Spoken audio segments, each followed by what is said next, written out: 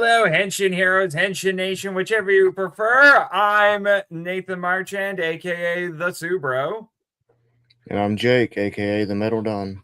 And welcome to the latest Henshin Power V3 reviews live stream on Saturday nights. We are your new favorite Saturday tradition.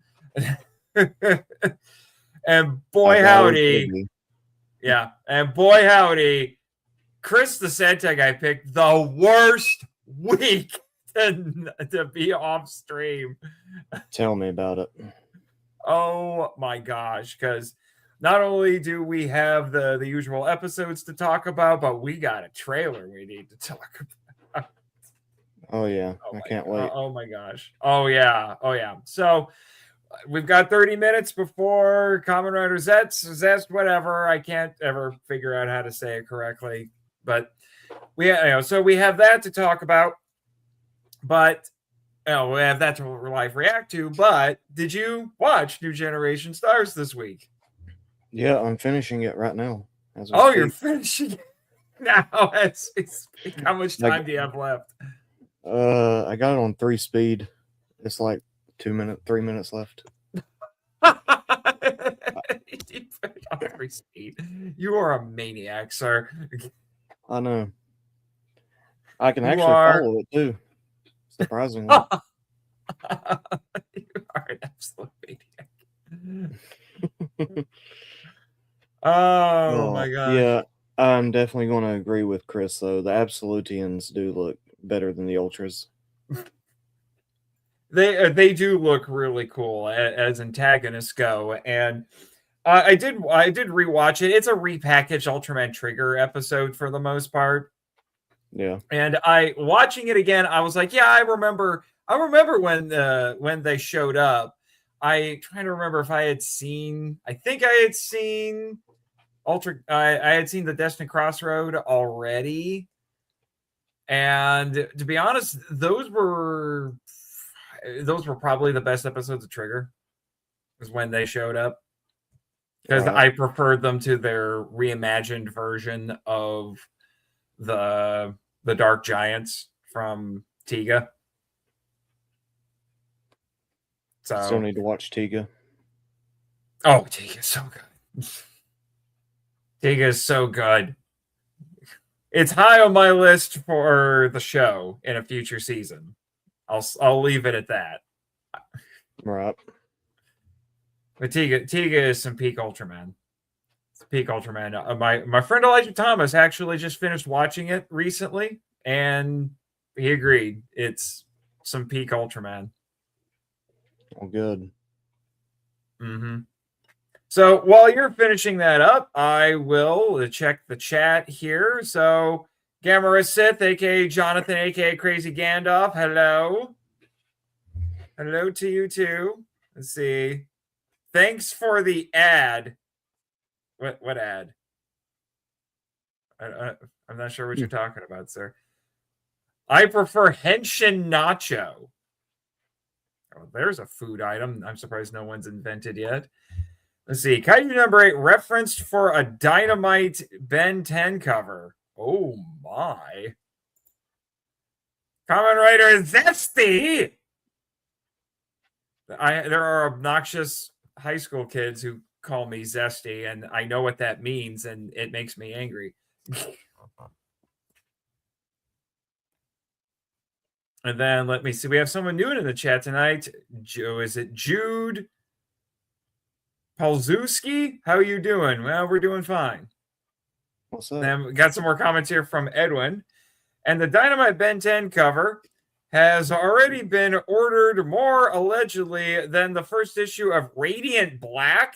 Wow. And apparently Inferno Girl Red's live action promo will come out next week.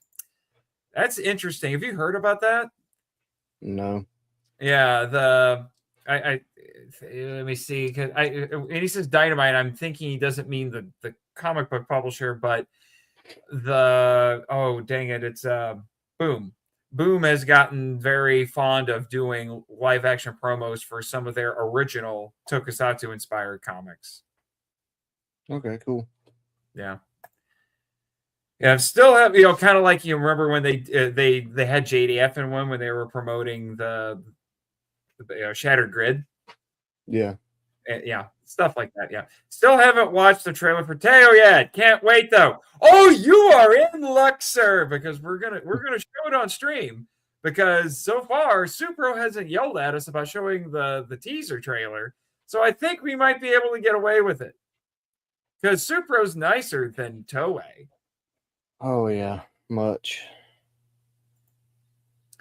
Also, something better use the name Sputnik better than certain MIFV bot. Oh, is that also in Ben 10? Okay, yeah, because there is a I guess you could say recurring character on MIFV whose name is Sputnik. He's the sidekick to Rushbot, who is an old Soviet-era robot who defected to America. And Sputnik is literally Sputnik 1 that somehow gained sentience but can only speak in beeps. I have some weird things on the podcast. This is why you don't give me crazy ideas, because I will make them work. I will make them real. The StreamYard, yeah, you're welcome. Yeah. No, referencing the name of the chapter for a fan webcomic I'm reading. Chapter is called Sputnik. Okay, there you go. Edwin is reading so much stuff. I feel like his brain just exists in like not just another county. I think it's in another dimension sometimes. He just exists on a different plane of reality. He does. He does. So have you finished it? Yeah, I finished it. Okay. So you haven't, I'm guessing you haven't seen Trigger. No. So this episode's completely new for you. Yep. All right. So, what'd you think? Thought it was cool. I'm assuming that their team already knows that he's Trigger. Yeah. So yeah, they figured it out at some point. I don't remember exactly when. What you're seeing, I think, is relatively late in the series. Right. I like it when the team knows that, the Ultra is a part of their team. Yeah, there's some certain advantages to it. I don't think I necessarily want it to happen all the time. And I don't necessarily need it to, even if you're going to do it, it doesn't have to be for very long. It could be like in the last couple of episodes or something, But, yeah, I think it would have worked good in Blazar too. Possibly, but that might have that would have shaken things up. I think they knew the captain was the Ultraman. That could have been interesting. They could have, even the last half or the last quarter of it, whatever. Yeah. I could see there being some potential in that. I would, if they're gonna do it, I would rather they do it for narrative purposes and not just for cheap drama or whatever. Right. But yeah, I don't remember exactly when. It's like I said, it's relatively late.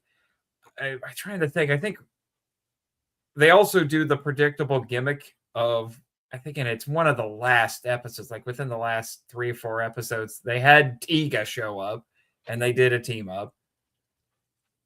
Because of course they were going to do that. I think they did the same thing in Decker, if I remember right, because I do think Dinah showed up. So you really get a contrast between the two of them. But they're an interesting group of villains. I'm glad that they were introduced with the Ultra Galaxy fight, and it was cool seeing them cross over in other spots. Unfortunately, they haven't done a lot with them for a couple of years now. And I really want them to bring the Absolutians back.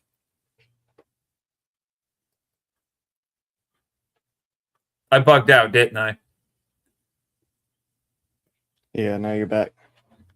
Frick. Maybe this is why my internet provider asked me. It's like, hey, do you want us to come? I think you got an issue with your internet. You want us to come take a look at it for you? I thought it was a scam, so I didn't pay much attention to it, but it kept happening. So like, okay, you seem legit now, so come take a look at it. So maybe by next week it'll be fixed. We'll find out. Maybe. Hopefully. Yeah, but anyway, as I was saying, they haven't Super Aya hasn't done a lot with, if anything, really, with the Absolutians for a couple of years now, and I'm waiting for them to pay some of this stuff off because I do think there are some things that haven't quite been resolved yet. Also, I think Right. they had Ultraman Belial hanging out with them now, which is disconcerting. Hmm. And it's That'd be a great it's fight. like Ultraman Belial from the past, because wibbly wobbly timey wimey shenanigans happened. So it's even weirder. Yeah. Before he turned black or Yeah, after? Before. it was before. Hmm. So yeah, like I said, it's a little weird. It's a little weird what they're doing with Belial now.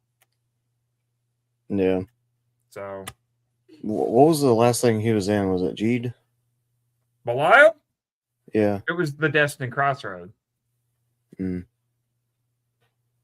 Yeah, Ultra Galaxy fight, if I remember correctly.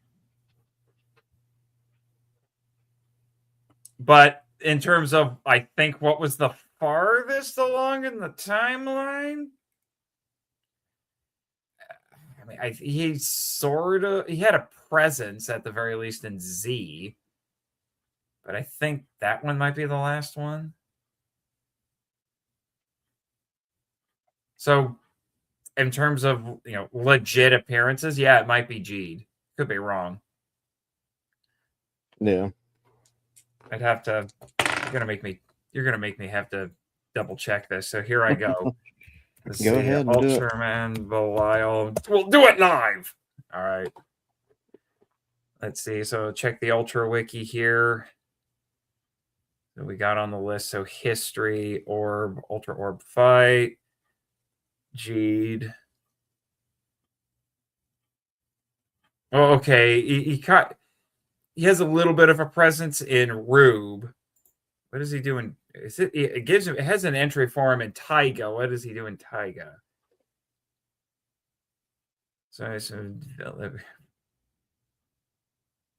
Oh, okay. It says some bits of him were purchased by some of the villains in Taiga and used for their nefarious purposes. And apparently they built a fake version of him. Like, you remember how we had Emmett Ultraman in 66? Yeah. Yeah, they made Emmett Ultraman Belial in that one. So it looks like it's basically a clone. Yeah, it says it's a clone. Huh. So that one Cool. doesn't really count, I would say. And then those bits of him play a big role in Ultraman Z. Yeah, and then it actually says for Destined Crossroad, it says you have to look up a different entry on the wiki. It says Ultraman Belial parallel isotope. So it's considered a different version of Belial. So basically, yeah, it looks like Jeed is his last proper appearance. Oh, cool.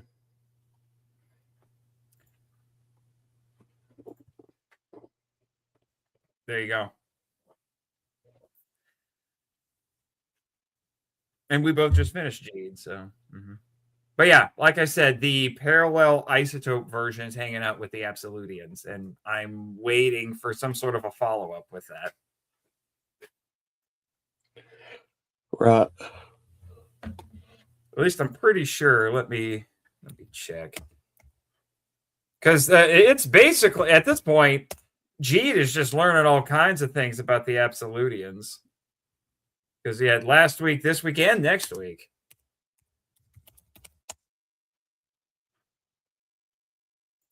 Absolutian.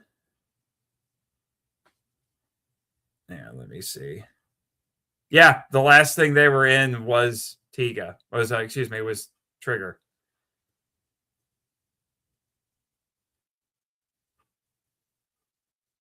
Did I bug out again?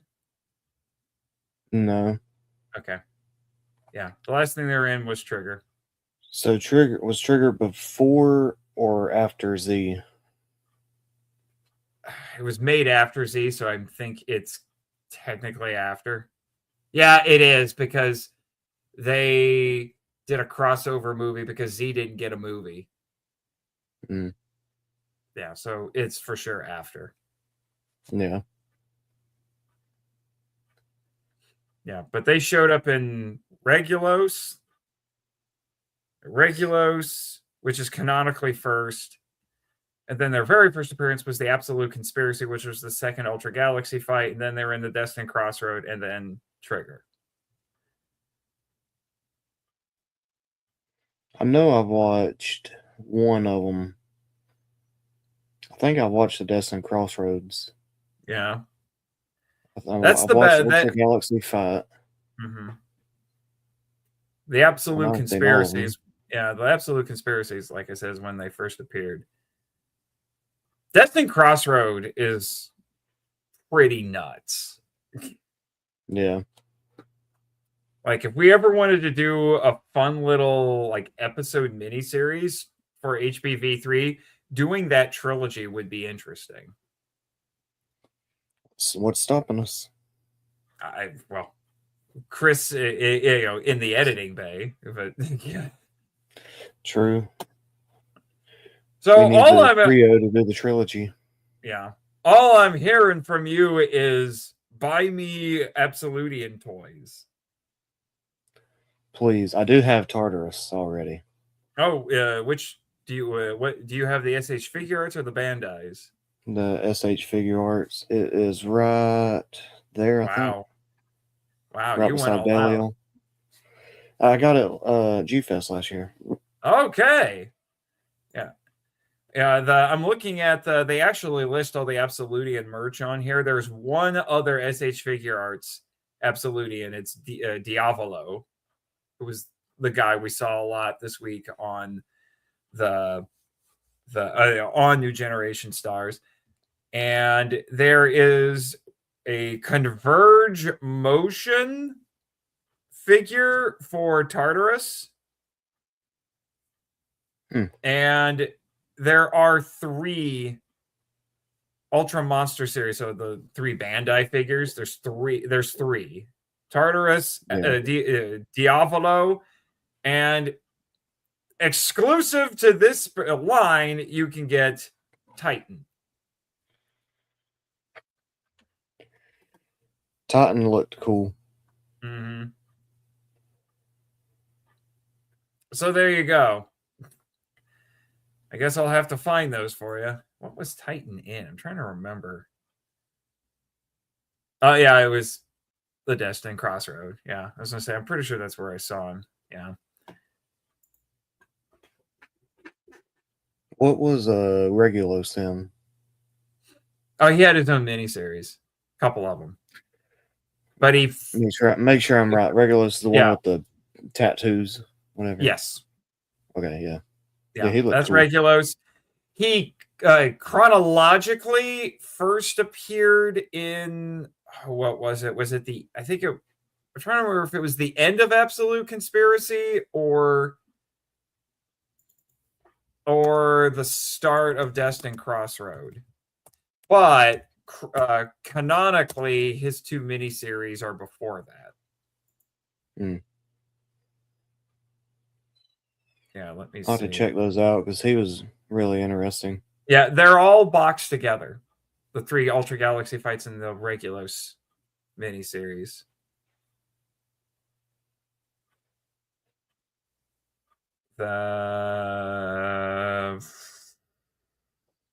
Yeah, it was Absolute Conspiracy, but he was silhouetted. Yeah. Chapter 3. But then his first full appearance was Destined Crossroad. Okay. Now, if you I mean, I could. I don't. If you don't know what that box set looks like, I can go grab it off my shelf and show you. But I I got it. have it. Yeah. Oh, you have it? Okay. Yeah. Yeah. It's funny story. The was it? I think it's called Ultraman Regulus First Mission. I think is what it's called. There's a lot of you get to see a lot of Leo and his brother Astra because they're both martial artists. It's very martial arts themed, and if I remember correctly, it was directed by our boy Koichi Sakamoto. Cool. Yeah, and the Absolutians feature in that one, and you'll see some monsters and villains from. I want to say it's also from Leo. There's a lot of Leo callbacks in that one, and when I was watching it, it reminded me, as strange as it sounds, it reminded me a lot of Power Rangers Jungle Fury. Okay. So if you like Jungle Fury, you'll get a kick out of Ultraman Regulus.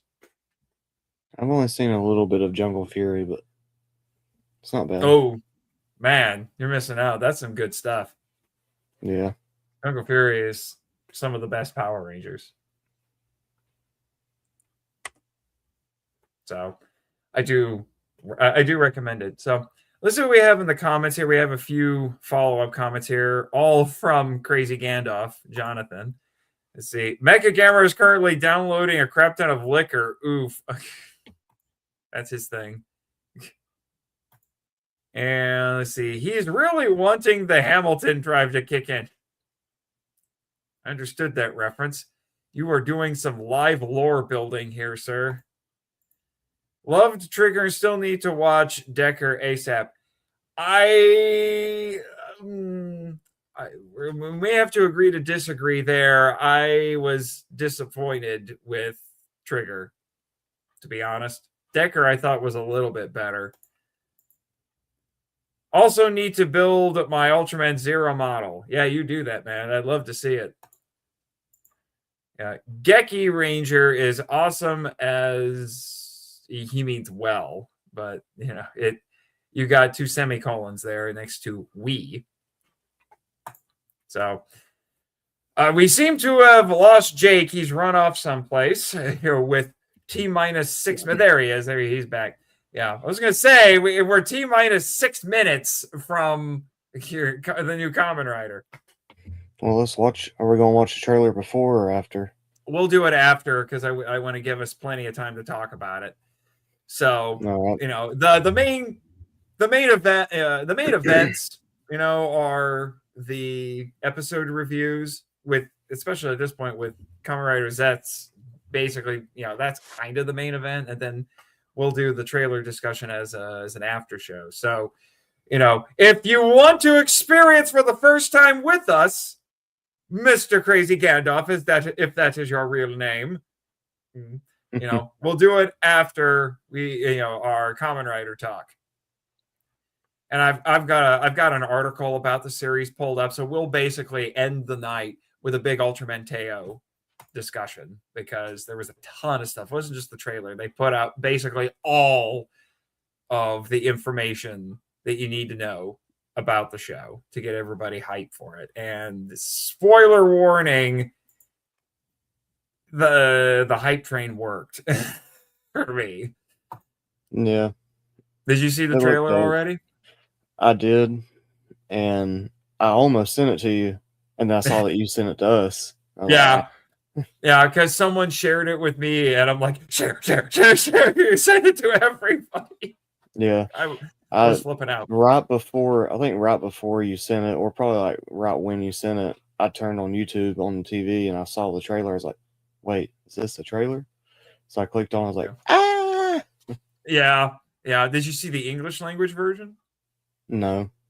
Oh, you didn't? Well, there's an English language version that was on the Super I English channel. So that's what we'll be watching tonight. That actually fills in some details because it translates the Japanese text. But let's take a look here at Kamen Rider.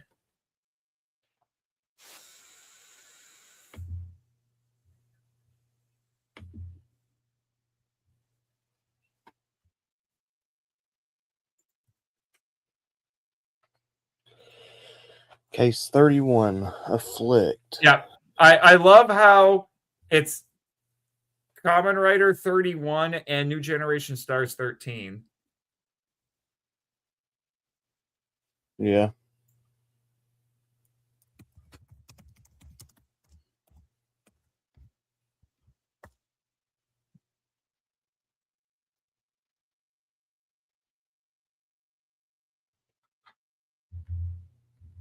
Whoa. Why is it trying to give me weirdo captions?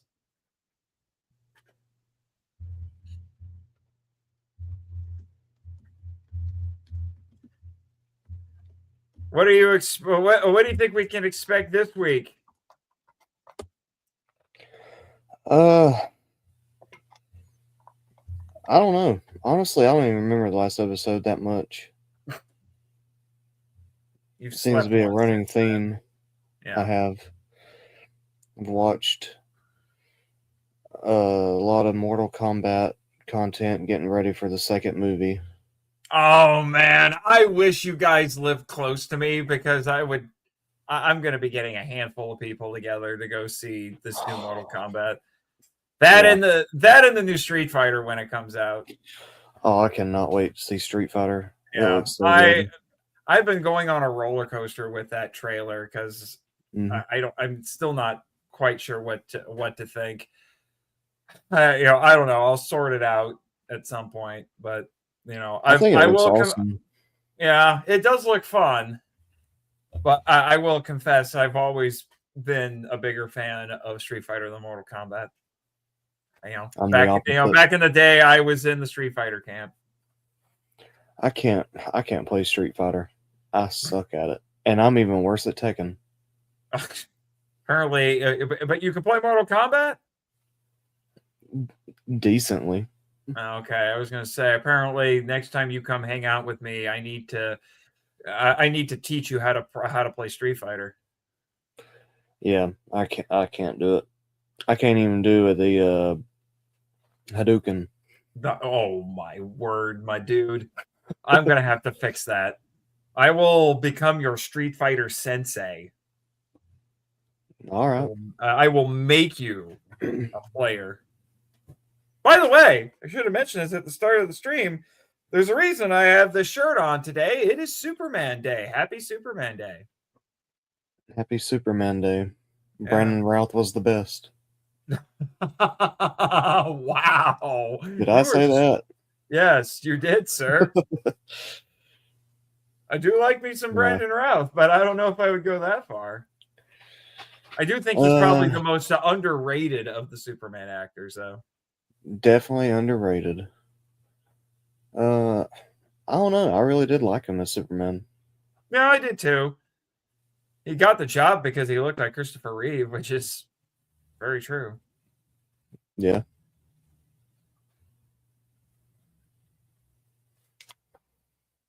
All right. Well, the madness is about to start. Hopefully Chris is keeping up. Sometimes I wish he would, if he's not going to be on stream, I wish he would watch the stream and leave us comments. That would be nice.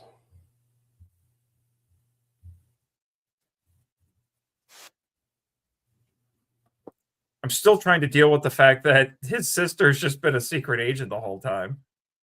I know. I'm just like, what else can this show throw at us at this point? Who knows?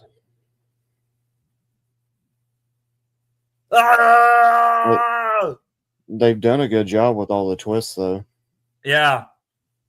Better than I would have thought. But at least it's not Fies where I can't keep track of everything. So confusing.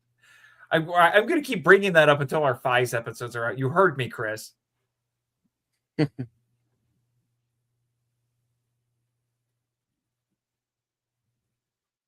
I do like the fan theory that Agent, was it 1 or 0 or whoever it is? The dude who seems to be in charge. He looks kind of Caucasian. I do kind of wonder if it's going to be revealed. I like the crazy fan theory that guy's actually Baku's dad. It's like, you know what? Why not? Just throw that in there. Right. And while you're at it, how about you make the lady his actually his mom, which means he has a fake sister, but Nem has been his real sister all along.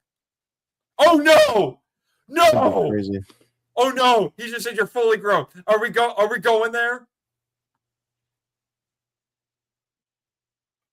No!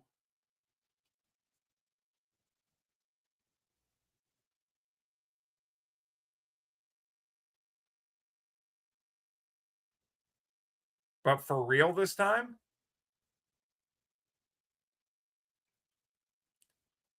Oh crap. Hi, Code's going to murder you and everyone you love.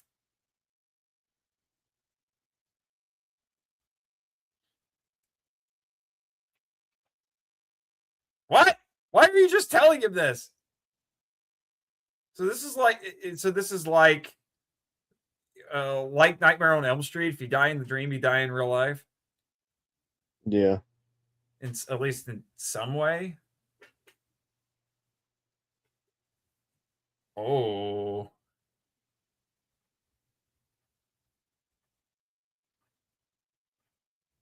I still don't know what to think about Zero.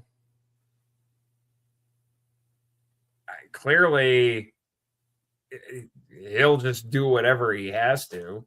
Whether that makes him the villain or not, I don't know. Yeah. I mean, at this point, he's most certainly the antagonist, but an antagonist is not quite the same as a villain. Well, at least you put the Marvel Rivals trailer during the theme song. I'm okay with that, but still. Sure, you just added Black Cat. Cool.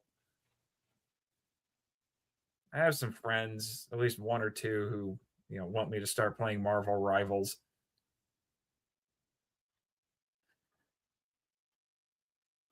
And we all know that if that's the case, I'm going to have to main Johnny Storm and Deadpool because reasons. Did you see that video of the Knox actor showing off his collection?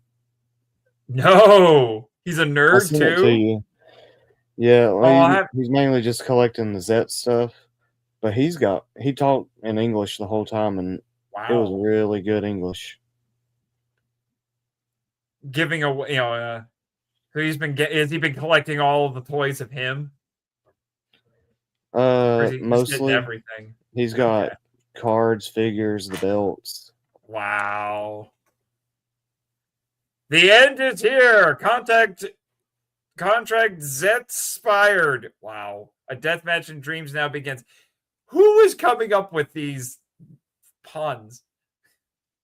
I don't know. Case 31 afflict. I got to give them credit. These one-word titles are weirdly evocative. Afflict. Wow.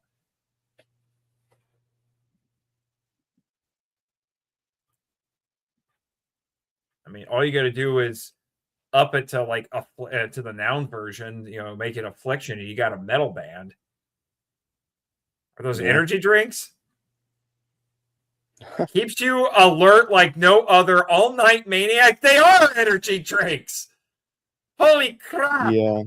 So now he's caffeinated and motivated too? I need to make that t-shirt. I'm caffeinated and motivated.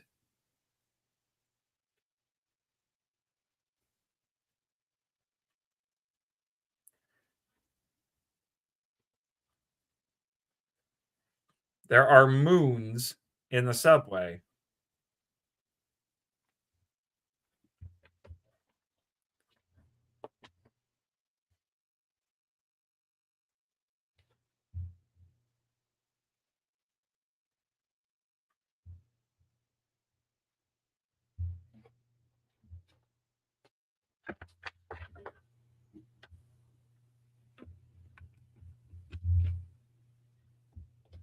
Oh, this is zeros?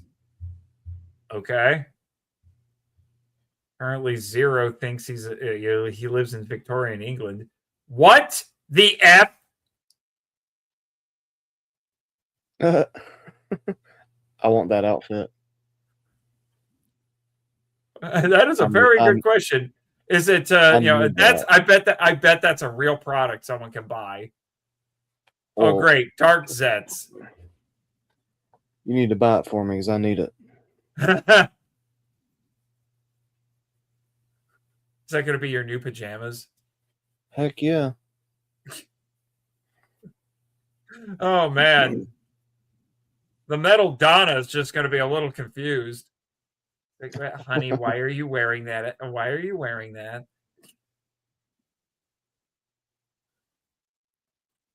Instead of get off my lawn, it's get out of my dream. At least we finally got a base transformation. Yeah, we haven't had a base form ZEZTZ in a while.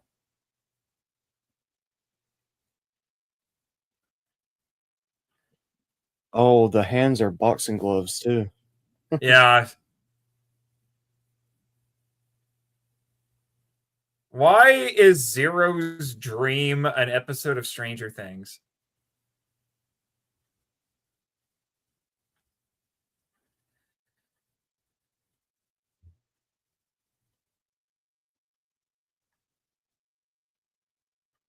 Use her power. The kind of toy?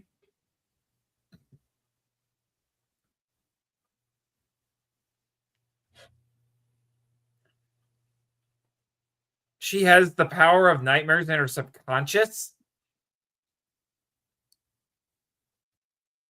Okay.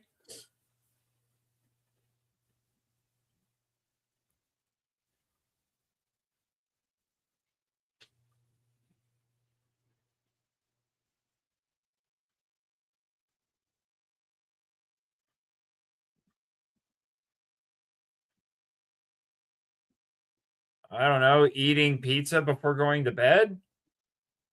Watching a horror movie that day?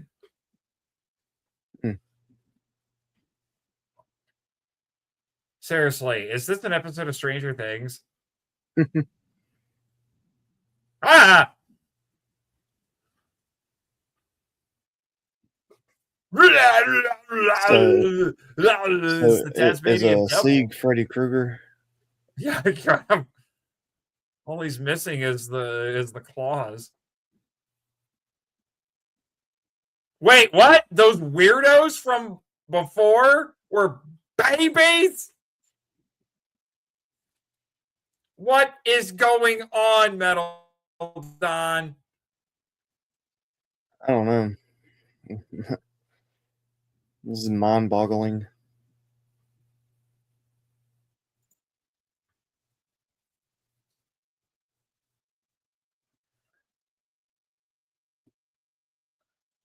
Her sin is she was created, I guess. I don't know.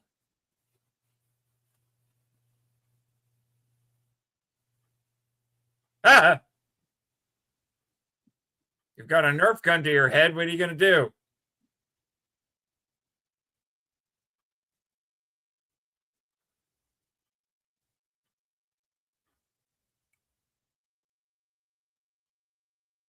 Nemi baby? Oh boy. He is crazy. You are him. I'll send my audition tapes to Shout Factory to dub him immediately.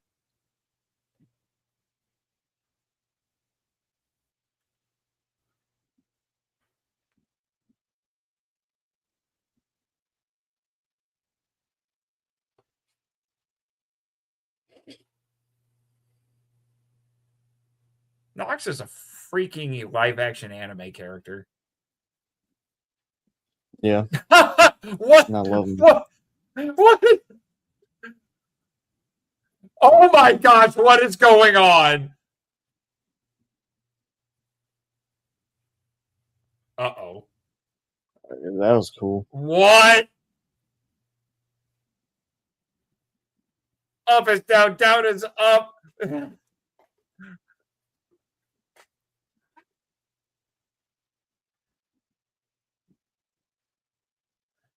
Man, they seriously take advantage of these, of these fight scenes being dreams. They could just go absolutely ham. Yeah. Wow, they are really fond of this power up. Mm-hmm. That's a bit of a trope that I've been noticing, especially with like new gen hero Ultraman, because they'll introduce new power ups progressively through the season. But once they introduce one, they just use that one a bunch for a handful of episodes. Right. And this one is they have gotten very attached to the Catastrome mode. Who are what? Wait, Who what? is this? What? That's his dad. But what? What? Why are we flashbacking? Why does he have Zero as a kid? I guess I was wrong about it being his dad, unless that's an illusion.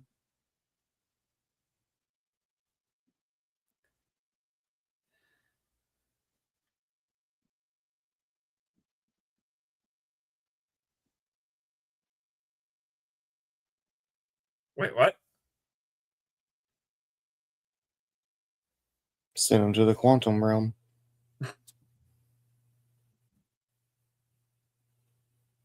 Wait, what?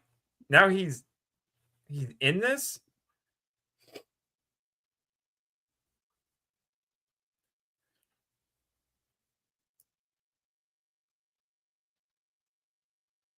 Oh boy, first person.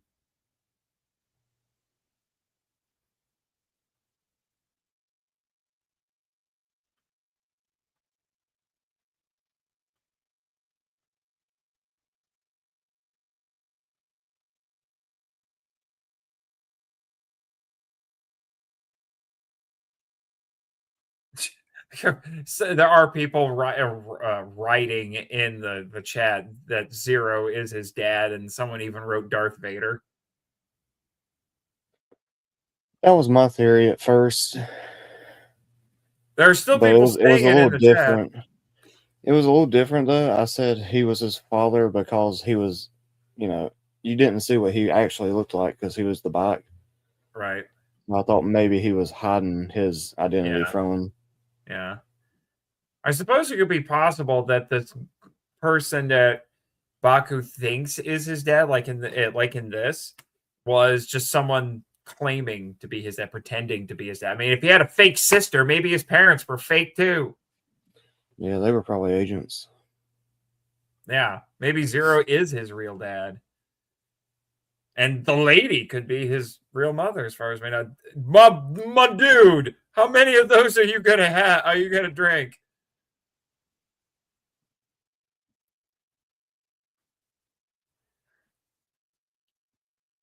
That's one way to get your pull-ups in.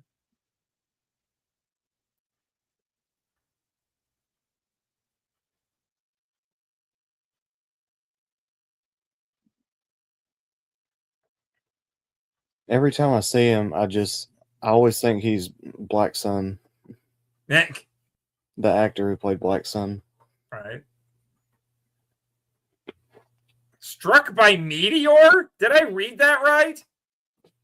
Yeah. You don't remember that? I do now. Student struck by lightning.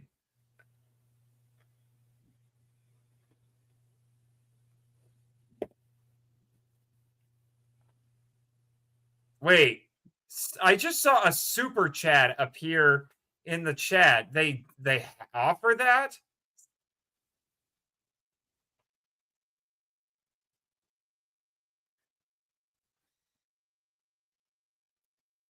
But someone really had to pay $1.99 just to say the Fujimi was hot. Well, I should do one saying them is hot. Well, okay, yeah, actually there is an option. There is a super chat option. That's weird. I don't remember seeing that before. Ah! Ah! Ah! Run away! Ah! My gosh. Seriously, these are the weirdest, most horrifying monsters in this show.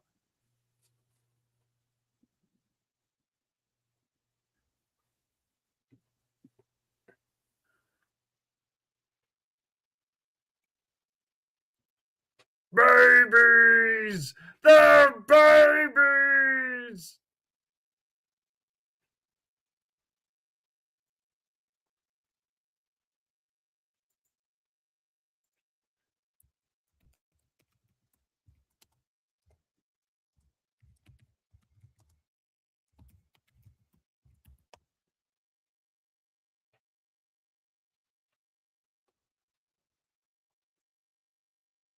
Is it just me, or did she get about 15 years younger? I think it's just you. She's still hot though.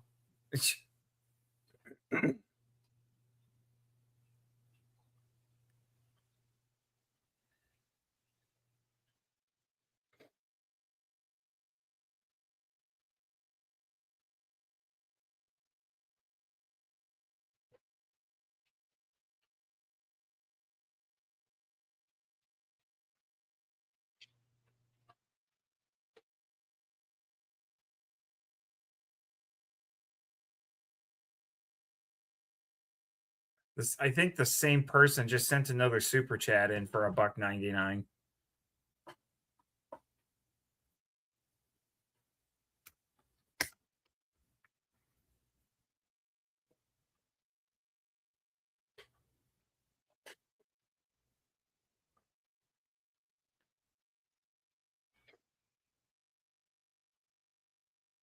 Uh-oh.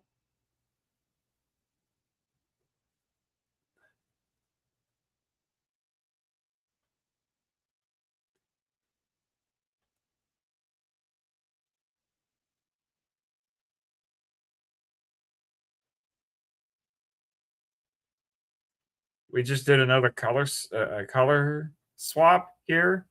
We really want to get them toys.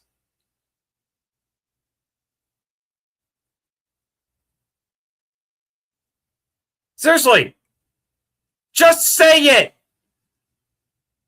Baku, I am your father. Oh, he should. Come on, haven't you figured it out?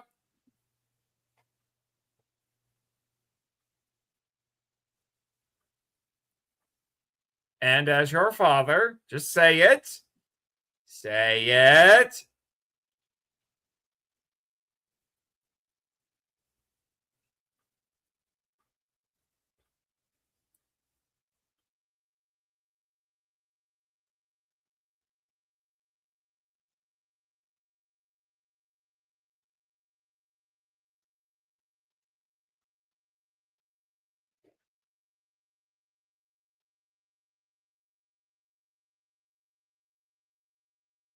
Oh, crap.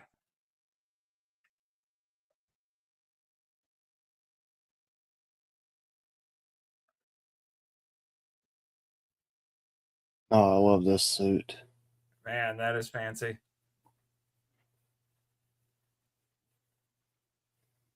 Wait, what? Wait, that isn't Zero?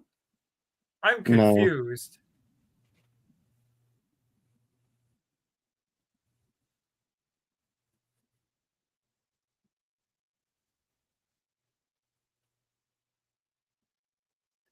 Bro.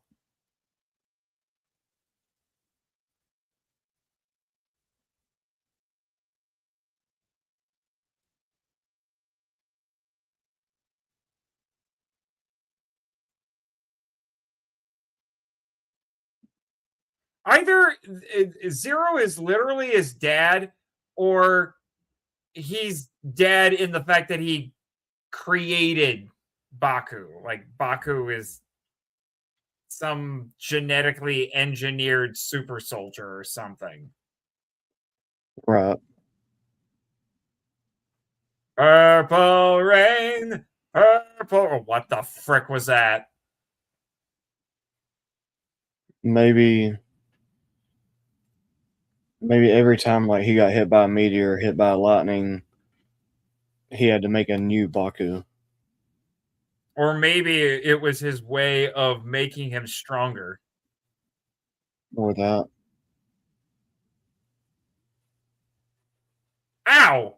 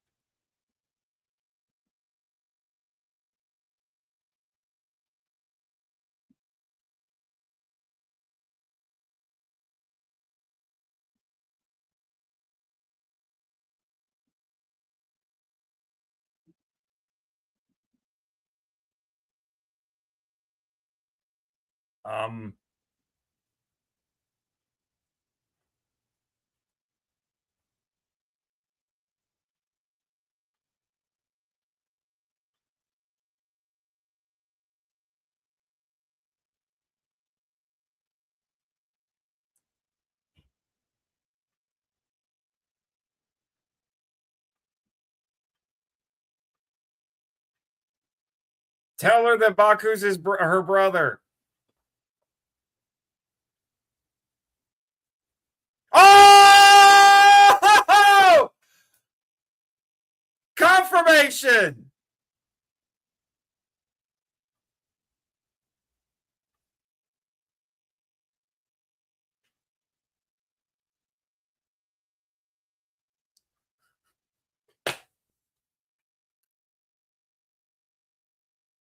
And cliffhanger! Oh my gosh!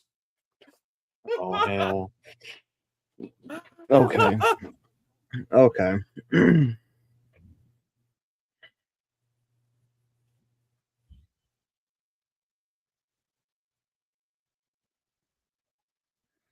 Holy frick. The crazy fan theory was true. I told you. Wow. Just wow. Wow.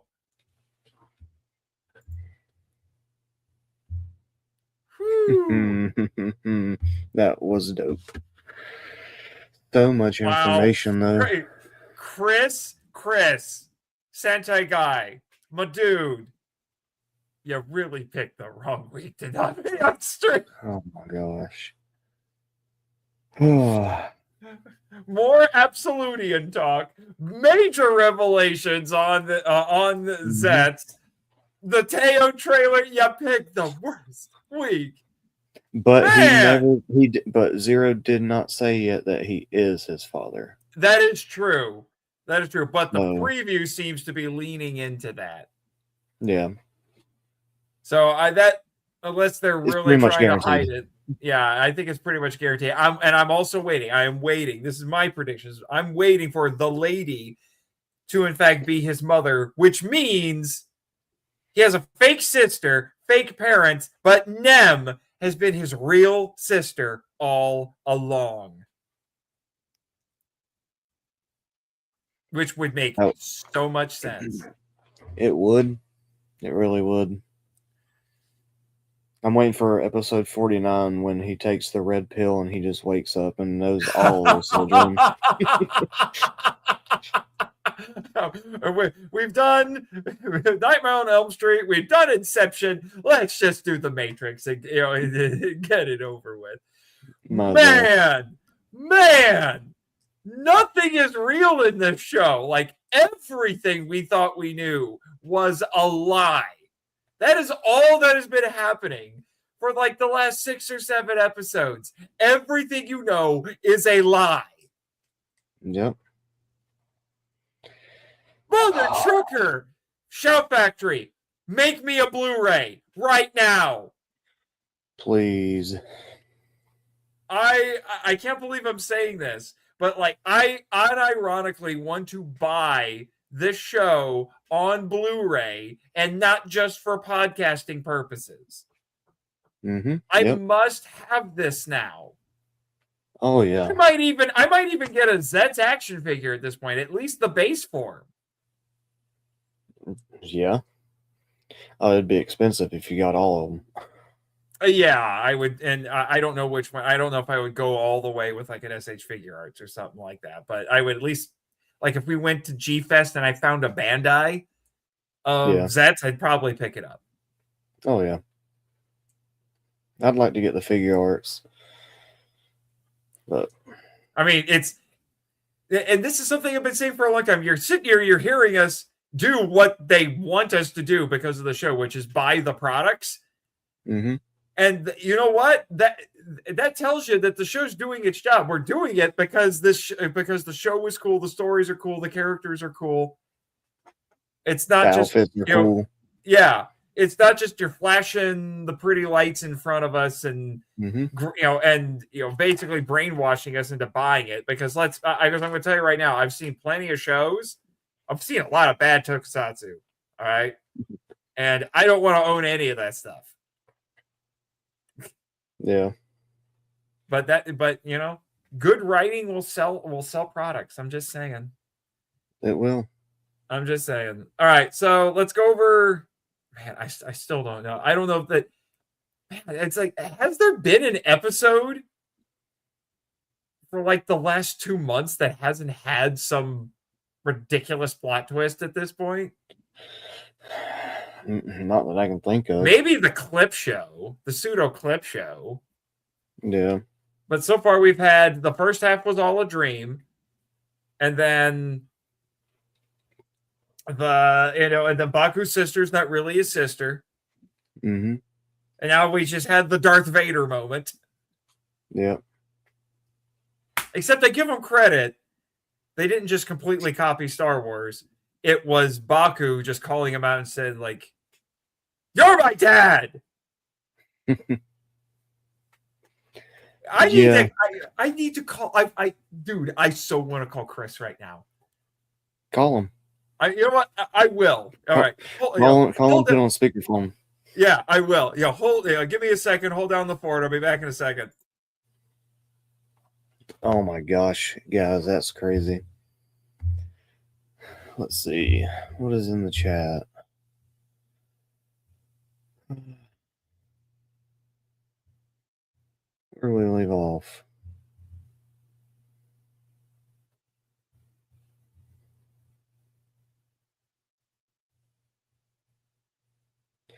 But they didn't make hands ways.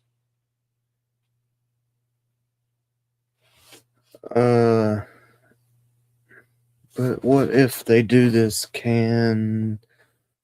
What do they do with the anti-seizures? The prescription where it kept them from dreaming. That would be interesting, but I don't know how they would give it to everybody, because I don't think everybody has nightmares, Edwin. At least not these kind of nightmares. Come on, Chris. Don't disappoint me. Hello, you reached your name. You're not. Dang it! I tried. Never hurts to try. Yeah, I tried. Yeah. What were you talking about? Were those comments? Yeah, one of Edwin's comments was talking about the sleep drugs that was giving them in Freddy vs. Jason. Oh, is that? What was it? Yeah. I don't think it was. Oh, Hypnosil. Hypnosil. Yeah, that's right. Yeah. Mm-hmm. Yeah. It seems like the way to to counteract your enemy here, but or like I said, lots of caffeine. Yeah, but what I was saying was, I don't know if everybody has these kind of nightmares. Right. Get the Elm Street prescription. Yeah. And then Crazy Gandalf says, "Oh my! Wow is right." And he says, "I love the Dark ZEZTZ design," which reminds me a lot of Tiga Dark in the Final Odyssey. They basically did the same thing. They just swapped it to an all gray or all black, like a light grayish black, an all grayish black color scheme. Yeah, it's an easy way to make a new toy, but they use it very interestingly here. I was actually thinking, and nobody can steal this, I was actually thinking about writing this week. I was thinking about writing an essay that goes over the history of all of the Dark Ultras in the Ultraman franchise and seeing if it follows in with the Carl Jung concept of the shadow in Jungian psychology. Because a lot of the Dark Ultras are meant to be dark reflections of the primary ultras Yeah. in some either literally or figuratively. But it's a funny idea I had this week. Nem being his sister will be the end game. Man. When do you think the end game will be? Episode 15, 10? It's 50 episodes. Yeah. Oh, how long do I think it'll be? How long pretty much how long will it be? Or I guess when will it start? I would say probably I want to say probably 45. Yeah, I'd say 45 or 50. Right around there. Well, I think it'll start in 45 and then go all the way to 50. Right. I could see that. The way the show is structured, like if this was like a 90 Super Sentai, it would probably only be maybe the last couple of episodes. But this is much more serialized, so I have a feeling that they might start ramping up in episode 45 because they've got the space to do it. Yeah. And to my astonishment, they've been very good at maintaining forward momentum. I've been really surprised. There's really only been a few spots in the show where I'm like, I feel like it's slowing down a little. But then it like immediately picks right back up. I really don't know what else they're going to be doing because every episode is just throwing you for a loop now. So I know. I know. It's I don't know. I am at a point now where I tune into the show and I don't know what to expect. I mean, it was kind of like that before because before it was kind of like a dream when it was following more of the monster of the week. It's just like, what wackadoodle dream can we do this week? Yeah. Let's do an isekai video game for a couple episodes. Mm-hmm. And now it's like, how many more plot twists can we throw at you? Yeah. I want to get the driver along with the figure. Yeah. You should get the driver. I wish they would pull the trigger on Nox to be a second writer. He is a second writer. He's just not a good guy. Yeah, he's more of like a kind of an anti-hero right now. Yeah, I'm kind of wondering if that will be maybe that. I'm thinking here's my prediction. Yeah. Hang on, you're bugged out. Oh, okay. I was just gonna say my prediction, along those lines, is here's what I think might happen. So I think the next ridiculous plot point we'll probably get is the lady is his real mother, which means Nem, by extension, we find out Nem is his actual sister, and that the parents that he thought he had were more agents. Yeah. And then the next big plot twist we'll get is Nox will turn on everybody and basically join up with Baku. Right. So is the code really bad, or is it just some of the people? At this point, I'm still trying to figure out. Yeah, at this point, unless there's another revelation that we have later, it looks like basically everybody, at least in code as it is currently, looks like everybody in code right now is corrupt. Yeah. Maybe at one point code wasn't corrupt, but the current composition of code is corrupt. Right. That might be the way to go. Everybody in code right now is a bad guy. But at one point it wasn't like that.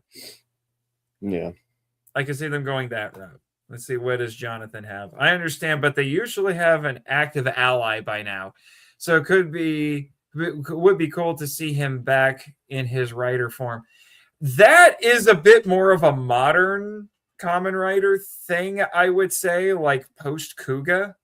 They started doing that. But with the older shows, they didn't typically have a secondary writer, and even when they did, they usually showed up later. Like, the original, they made a second writer out of necessity because the original actor got hurt.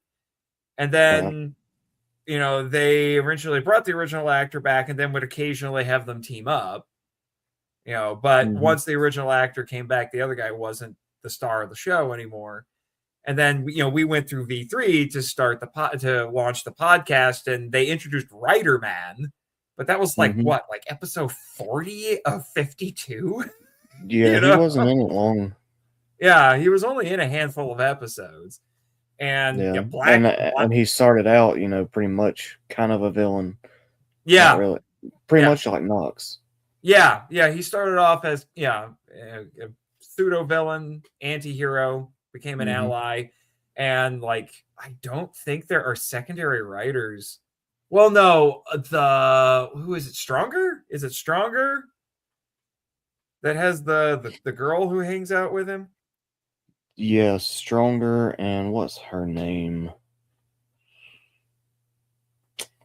I can't remember her name right now. Yeah, because they have an homage to her in, what is it? Todima Wants to Be a Kamen Rider. Yeah. Oh. You've sent me the clip. I'm aware. Yeah. Yeah, she's in at least one episode? In Tojima? Yeah. No, she's in most of it. She's in most of it. Okay. I haven't caught back up. I was on like episode 12 or 15. That's where I left off. Yeah.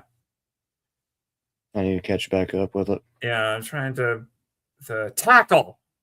Tackle. That's her name. That's right. Yeah. Electrowave Human Tackle. Yeah, so you had her. She was kind of a secondary writer. She looks like a ladybug. Yeah. And then beyond that, in the Showa era, I don't think there is any more. Because Black didn't have... Well, unless you want to count Shadow Moon. But Shadow Moon was a bad guy. Yeah, he was bad. He was a bad guy. And then in Black RX, they gave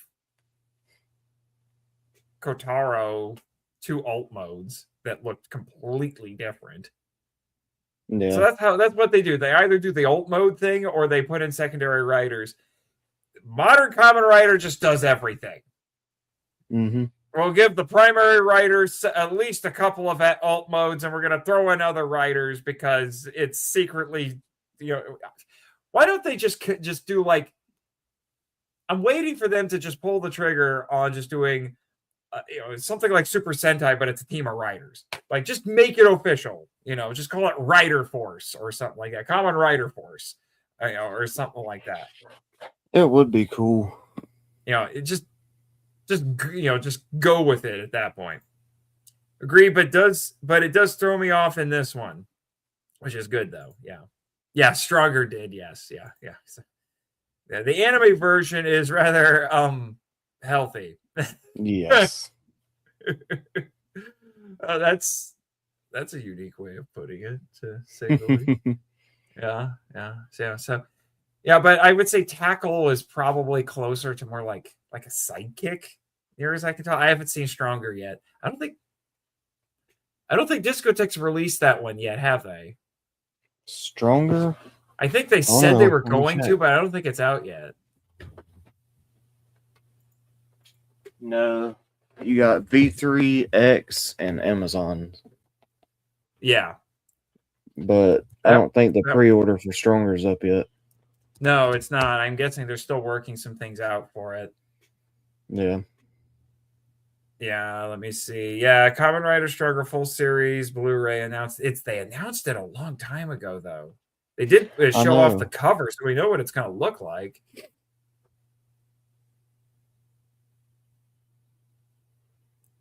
But yeah, it was a long time ago, dude. Admittedly, I have some serious catching up to do with the Discotek releases.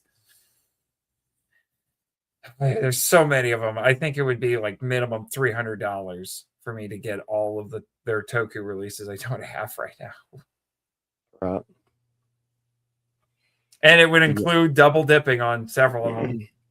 I double dipped on Kakaider Reboot, the movie. Yeah. Yeah, so I would have to double dip on the two Kikaider shows because I have the Generation Kikaider releases, and like I think the only of their Rider releases that I have is like it's Black RX V3. What is it? Is that all of them? It might be all of them. And then I have 3 of their Metal Hero shows, so I'm behind. Yeah. I think I'm caught up. Yeah, I'm caught up with all of them. Yeah, I even snagged Just Beyond before it went out of print. So very glad I did, is it fetches a pretty penny. When something goes out of print from Discotech, good lord, the secondary market prices for it get jacked, like more jacked than Hulk Hogan at this point. Jeez. I'm just glad when I ordered it, I got the slipcover with it. Yeah. There were some people that didn't get the slipcover. It was, which one? For Just Beyond. Just Beyond? Yeah, I did get the slipcover, so I got lucky. Yeah. I got lucky. Well, anything else to bring up about the craziness that is Kamen Rider ZEZTZ at this point? Not right now. I'm gonna have to watch it again. Might have to at this point. Yeah, he's just got to be polite. Yeah, you do. Yeah, and so much to buy, not enough money. Yeah, that's why if any of the Discotech stuff goes on sale, I try to snag it. Yeah. You know, I did get this thing, and it's like because I use this service like what I don't know, maybe 3 times ever, but now it does this thing where it's like, here's free money. It's called ZEZTZ or Sezzle. And so I keep getting emails saying like, you have Sezzle spent. So it's like basically like gift card money, but you can only use it at certain stores. And it keeps sending me Sezzle spend to use on Amazon. Well, now it gave me a ton of it, like a crazy amount of it. So I'm like, huh, okay. Might have to go see if I can snag one of those Discotech sets. Yeah. We got a thing at work. It tracks our steps. And if you get 30,000 points by the end of the month, you'll get $150. Wow. So I hit that every month, and I get gift cards for a PlayStation and Barnes & Noble. What is this app? I'll sign up. Well, come work with me. You can get it. Oh, it's a thing that you get from working. Work. Oh, yeah. Never mind. So that makes sense. I thought it was like, what is this exercise app, and why doesn't everybody have it? Yeah, and like, so I'll get like $100 for Barnes & Noble, and when the Criterion sale is going on, I'll just go up there and get stuff for free. I'm so jealous right now. So jealous. What is this? It's why I pick Ultra Blu-rays. Why I pick Ultra Blu-rays go down in price quickly. Yeah, they do, and then they stop, and then some of them go out of print, or seem to go out of print, or at the very least, Alliance is what I have to call them now. It's not Mill Creek anymore. They run out of their stock and then don't print anymore. But apparently they print a bunch. Because the Metal Dawn would have gotten Ultra 7X from me as a Christmas gift, but then I discovered that there are no longer any copies for sale, and people want $100 for it. And it's a good thing too, because I already have it. Yeah, so I've got all the Ultra sets, Kamen Rider, Metal Heroes. Do you have all the Sentai sets from Shout? Yeah. I was gonna say you might want to get those while the getting is good. But anyway, speaking of, oh wait, here's another comment.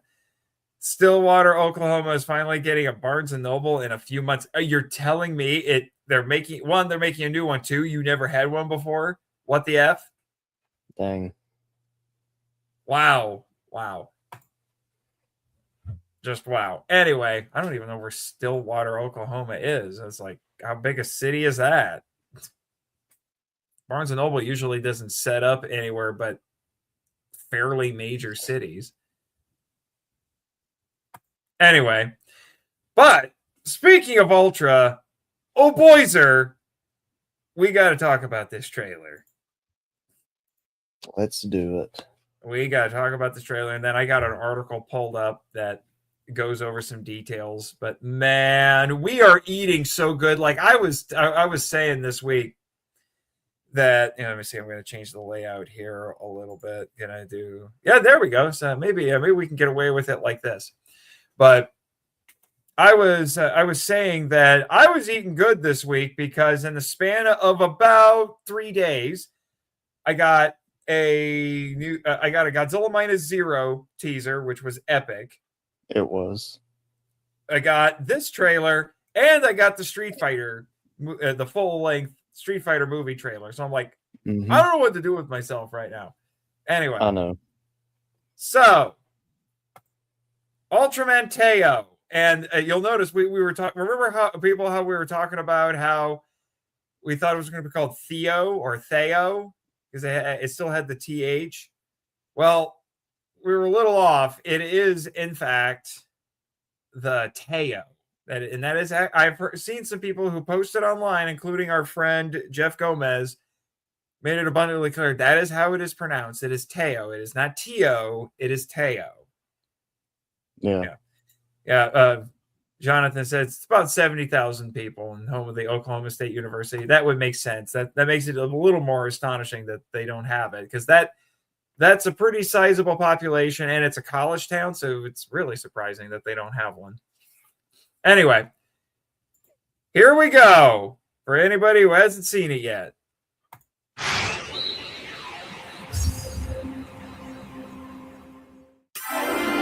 Hey, doing that. I'm going to turn it down a little.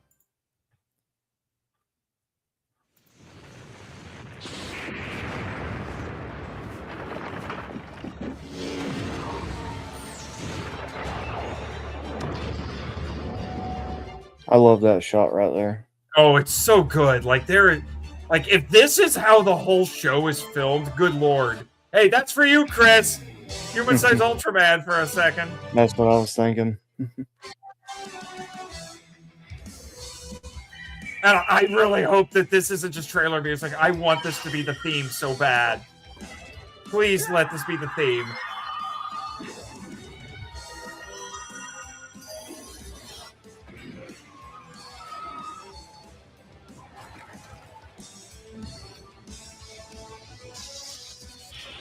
It's a pretty cool kaiju design. Yeah. We have another blue-eyed Ultra here. We got 2 in a row.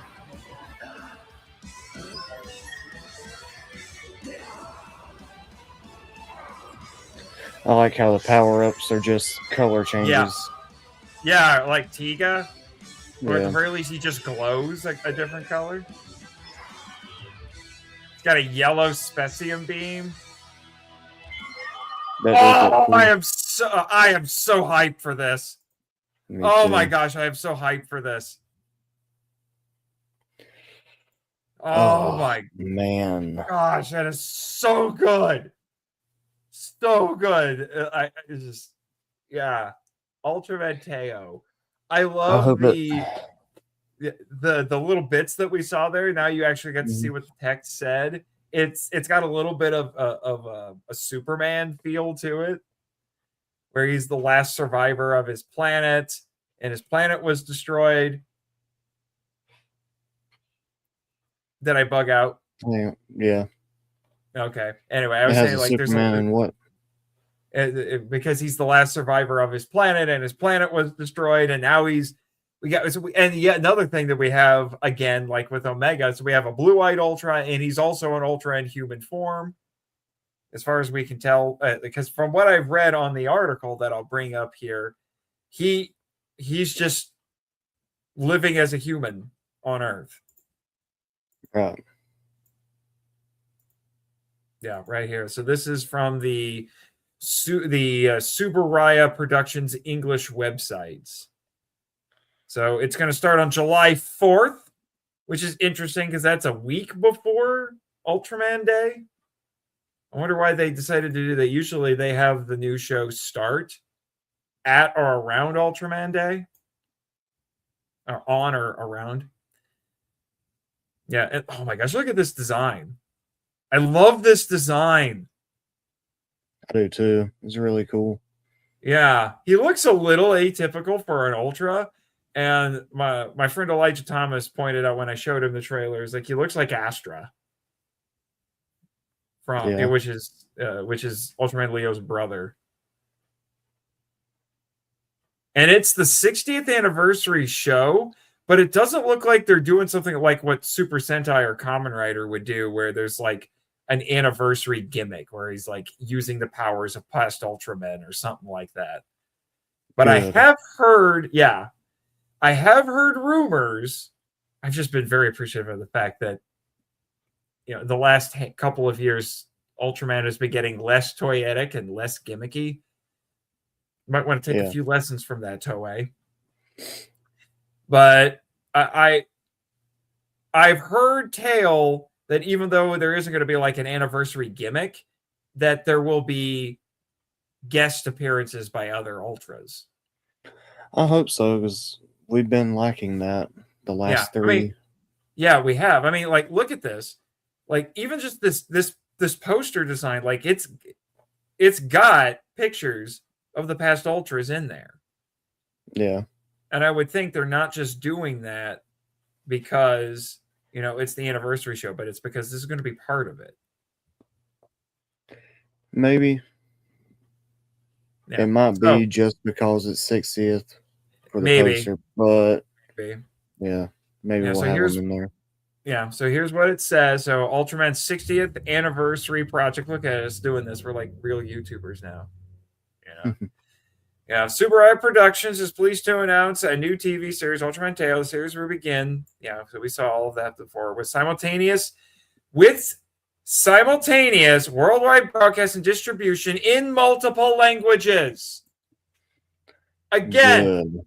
Toei, learn some things. Yeah, so here's a different poster about that, and I like the actor that we have here for the host. He looks like a cool guy. Yeah.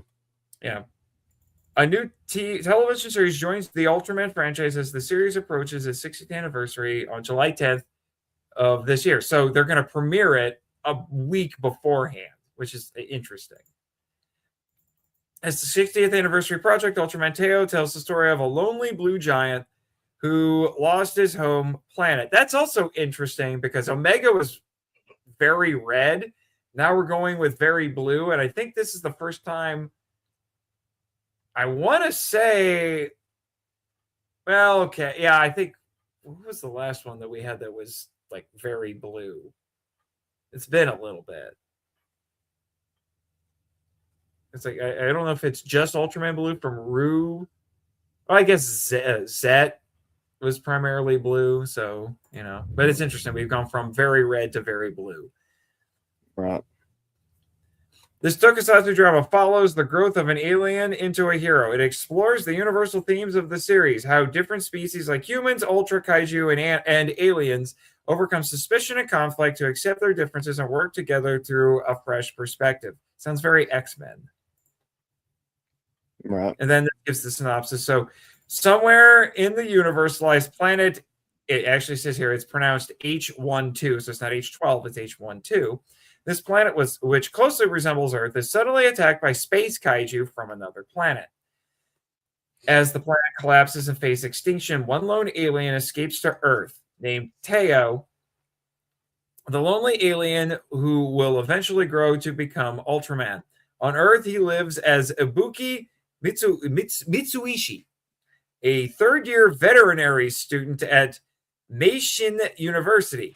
Although he struggles with the common sense of Earthlings, he leads a peaceful life, communicating with the animals he loves. However, so it's like Beastmaster. Is he going to be Beastmaster? Dr. Doolittle? Dr. Doolittle. Yeah. However, the peace is disrupted by a crisis where the same space kaiju who destroyed his home planet suddenly appears on Earth. When his strong desire to protect overcomes the fear in his heart, a brilliant light transforms Ibuki into a blue giant of light. So this is a really interesting setup. So he's a college student. He's a veterinary student trying to fit in, trying to understand Earthlings. You know what? You know what I'm not seeing anywhere on here, which is interesting. What? No mention of a Science Patrol team. No. I've been noticing with New Gen Heroes, there've been a lot more than I thought. I've either gotten away from the Science Patrol team or they do it in a really off kilter way, which I think is interesting. So Supro is kind of continuing its penchant for experimentation with the last few shows. Yeah. You know, so here's our star right here. And it's got a little, it's got some promotional pictures here for him. He's got a little bit of a pretty boy look going. And this tells you, it gives you, his background here. Oh, he's a fellow June baby. I like it. Yep. It's got all of his stuff here. His past credits. Apparently, this is a little comment he made here. Apparently, so he said he's a fan of Ultraman Zero, and who isn't? Yeah, I mean seriously, Ultraman Zero is the Son Goku of the Ultraman franchise. He says this is interesting. He's a little self-deprecating here. Although I'm still inexperienced as both a person and an actor, I want to grow alongside Ibuki Mitsuishi and Ultraman Teo. I hope that the once lonely Ibuki, Ultraman Teo, will be loved by people all over the world. Wow, dude. But he's the only cast member that they've announced at all. So I don't know if that means he's not going to have a Science Patrol team. But if a key aspect of his character is that he's lonely, maybe that's why they're not going to do it. Possibly. Yeah. And then I'm guessing this is our showrunner and our writer, Shigenori Tanabe. And I don't. Did they mention what his other credits are? I read through this quickly before. I don't know if they mentioned. Oh no! This is his first time working with Supro.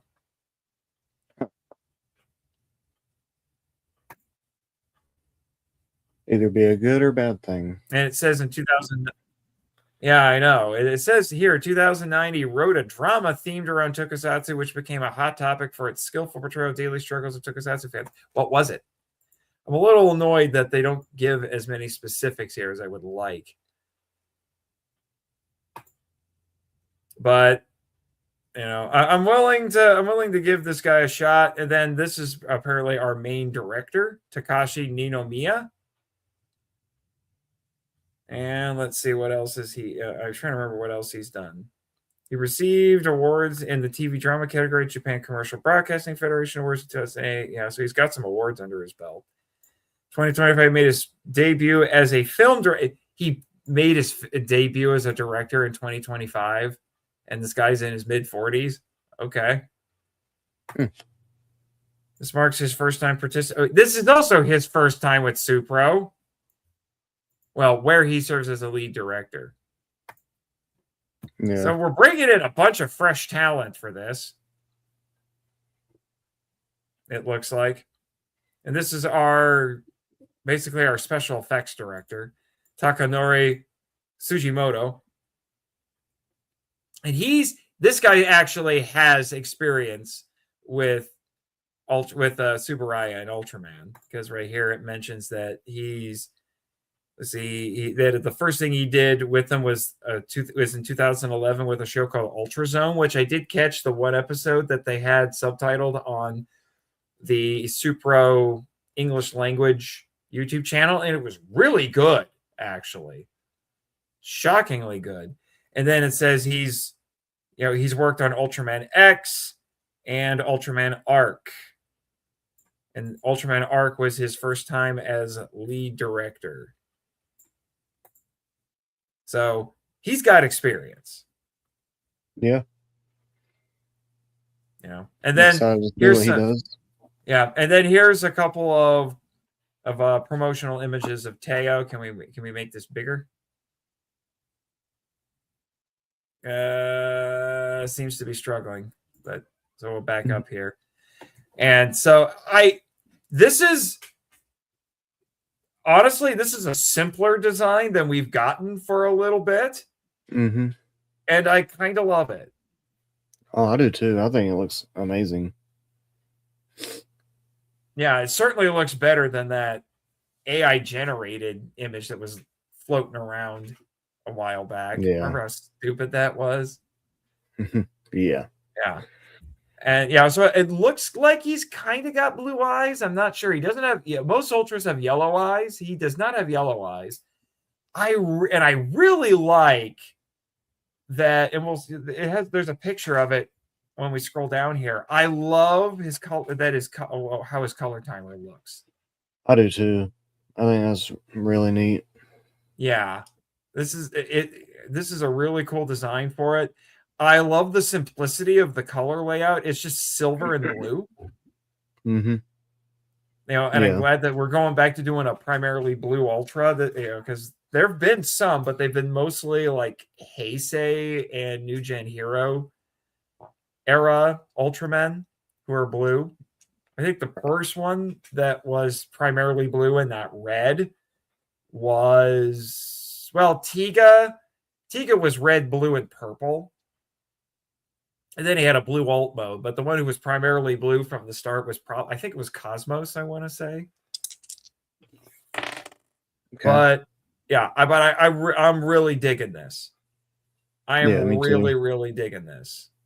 This looks appropriate. It's simple, but it feels appropriately epic for what we're getting here. But maybe I'm looking at this through rose-colored glasses. I don't know, because I'm just hyped for this. But the reason why I say it's simpler is there isn't a bunch of accoutrement on him. Have you noticed that? Like the last, for a while now, we've been getting Ultras that have like big chest armor and shoulder pads and gauntlets and things like that. Mm-hmm. And this one, it's more old school. We're going back to the more like classic Ultraman here, where it's just a design, 2 colors, and a color timer. And the color timer is about the only spot where it starts getting all that fancy. Yeah. I do like this more than Omega. Yeah. Yeah. If you guys want to hear us hear me, Jake, and Chris do a tier list of Ultraman designs, which I'm going to have to pull I'm going to have to download one of these and throw it into the list because it's not up to date. We're going to do that on the Monster Island Film Vault Patreon. So might want to jump that's going to be fun. Oh yeah. I can't wait to toss this one in. Mm-hmm. Yeah. So let's see what it says here. The blue giant of light that the protagonist Ibuki Mitsuishi transforms into when Ibuki tightly grips the Teo Crystar. With a strong desire to protect, his body is enveloped in a dazzling light and he transforms into a giant figure. By touching the color timer on his chest, he can spark hidden energy to unleash various light-based techniques. His main move is the Teosium Beam, a beam of yellow sparkling energy fired by his arms. And then, of course, because they have to give us stats on all of these characters. So he's 45 meters tall and weighs 36,000 tons. So 45 meters, that I'm trying to crunch the numbers in my head. That's like about 140 feet or so. Yeah, I could still take him. Of course you could. Of course you can. And then this right here is talking about Ibuki again, but it's just basically the same stuff that we had talked about before. Except here, let me see. Yeah, after losing his home to a space creature, fled to Earth, blah, blah, blah. Because he is unfamiliar with Earth's customs, he occasionally acts in unexpected ways. He has a gentle and calm personality and is not fond of fighting, but he transforms into a giant to save lives in danger. While facing the threats of kaiju in space, he confronts his own resolution to fight and grows into an Ultra. So we've already got a very clearly stated, basically character arc for him. He's learning how to live with humans, and sounds like he's something of a pacifist, but he realizes that in order to protect his new home, he has to fight. So this could be really interesting. Yeah. And then so basically what we see as his color timer is his transformation device, which I kind of love. So it just looks like all he does is he just takes it and puts it on his chest, which is cool. Yeah, I love this idea. A precious mineral that everyone born on H12 is gifted at birth is housed inside. Oh, so that's what that is. That's not just a light for aesthetics. That's something that everybody from his planet gets when they're born. Wow. Which means, and since it's a precious mineral, so it's like basically a gift that you get when you're born on his planet. Wow. The light emitted by this. It's crazy. They get that, and we get a social security number. Right? I'm not using a social security number to transform. Come on. Well, how stupid would that be? You got to rattle off your social security number to try to do a superhero. Yeah. Man. The wrong person hears you and steals all your money. It steals all your money. You'll save the world, but someone will steal all your money. Steal your identity. Wow. The light emitted by this mineral allows him to transform into the blue giant. For Ibuki, it is a precious object, much like a protective charm. I can foresee them using that again because his planet was destroyed. He's the last of his kind, and he's going to latch on to that as the last little bit of his homeworld. Like there's so much. It's not only stuff that looks cool, but it's a way to do some interesting storytelling with this. Man, I really hope this comes out good. How many times do you think he's going to lose it? or forget it at home? He won't forget it. Sounds like. I don't think he'll forget it, but maybe 3 times. I don't know. I'll say 2. You heard it here first. Yeah, you heard it here first, folks. So I guess this is some concept art. Looks very comic bookish. I love it. I do too. So our designer is Masayuki Goto. I've not heard of this guy. I designed Ultraman Teo to be a relatable hero who mirrors the university student he transforms into. To reflect his journey of growing into a hero step by step, I balanced a friendly, approachable design with the classic coolness of an Ultra. I truly believe that Teo will become a friend to everyone, and I would be happy if you like him. Well, I guess you're pleased because we do, in fact, we like him already, my dude. Oh, yeah. And look, this we actually can see his back. See, that was the thing we saw in the trailers. It looks like a spinal cord almost. Yeah. And that was retained in the design. That's interesting. Yeah, it's one of the first things you said when we watched the teaser trailer. It's like they hid the zipper. Good. I love it when they do that. Yeah. They've always hid it, but it would like come up, but you could still see where the zipper is. Yeah. Yeah. Man, I am psyched for this show. I can't say that enough. I am excited for this. Oh yeah, I forgot our actor's name is Aoi Iwasaki, which is interesting. I didn't know Aoi was a unisex name. I thought that was a girl's name. Yeah. Okay. Learn something new every day. But yeah, I'm pumped for this. Same here. Yeah, July. There you go. July 4th. We will celebrate that we will celebrate the 250th anniversary of America and watch the 60th and start watching the 60th anniversary Ultraman show. Go figure. It's gonna be great. I cannot wait. We're definitely gonna have to keep the live streams going by then. I'm trying to think.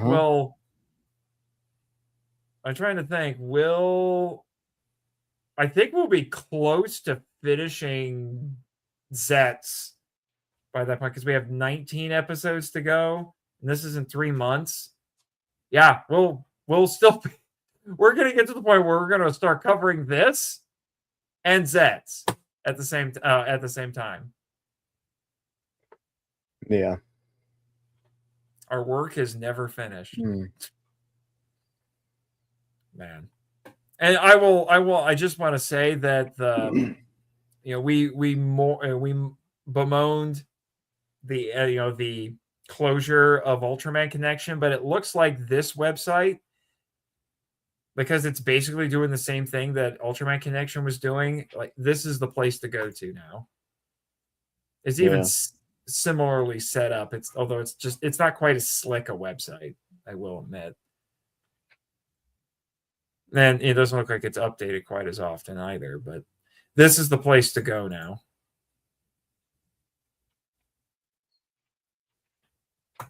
Ultra Heroes Hero Encyclopedia. Okay, yeah, this is the main page. This is the actual main page. Yeah, it really does look like they just moved stuff over. Right. Got a character roster here. It's just everybody since Taiga, except they left out. Wow, they left out Decker and Trigger. That's interesting. And then they just have original Ultraman and some of the monsters and and Juggler's Juggler. So Juggler's Juggler gets to be in here, even though Jeed's not up here. But you can click on here. Let's see. Let's take a look at this. I haven't explored this website all that much, actually. Come on. Hero Encyclopedia, Teo, Omega, Arc, Blazar. Oh, here's Decker. But we don't have Regulus. There's Trigger, Zet, Reboot, Fuma, Titus, Taiga. Those are from Taiga. Ultra Woman, Grigio, Blue, Rosso, Jeed, Orb, X, Victory, Ginga, Zero, Hikari, Mebius. Wow. Xenon. Wow. Oh my gosh. They got them all. They seriously have them all in here, dude.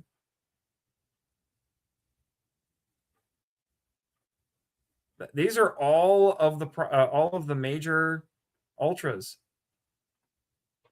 So, which one is stronger, Father of Ultra or Ultraman King? Oh, King, for sure. I mean, you saw Jeed. Ultraman King stopped the death of an entire universe by scattering his essence. And King is the actual. King is what?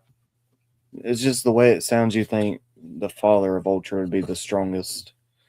Yeah, you would think, and maybe they kind of made that up as they went. Father of Ultra is a general. Ultraman King is the actual leader of the Ultras. I got you. Because I looked it up. Because, like, what exactly does Father of Ultra do? And he's a general. Mm. Yeah, but see right here, I said he looks like. I said that Teo looks like Astra. This is Astra. Yeah. Wait, where's the picture? The picture didn't load. There it is. Does he not look like Astra? Yeah. I can see it. Yeah. Because looking at this, I do think that that's, in terms of the design, the design aesthetic they're going with is like the simplicity of these older ones, but I think I do agree. I think Astra was a big inspiration on the design. Yeah. Yeah, because we got a lot of red and silver. We got a lot of red and silver, and then Tiga's got 3 colors. He's got red, purple. Is it red, purple, and silver? No, it's red, blue, and purple and silver. He's got a lot of colors. Okay, I guess the first one that was primarily blue was Agil. He was a secondary Ultra for Gaia. And then Cosmos, see, he's primarily blue. Yeah.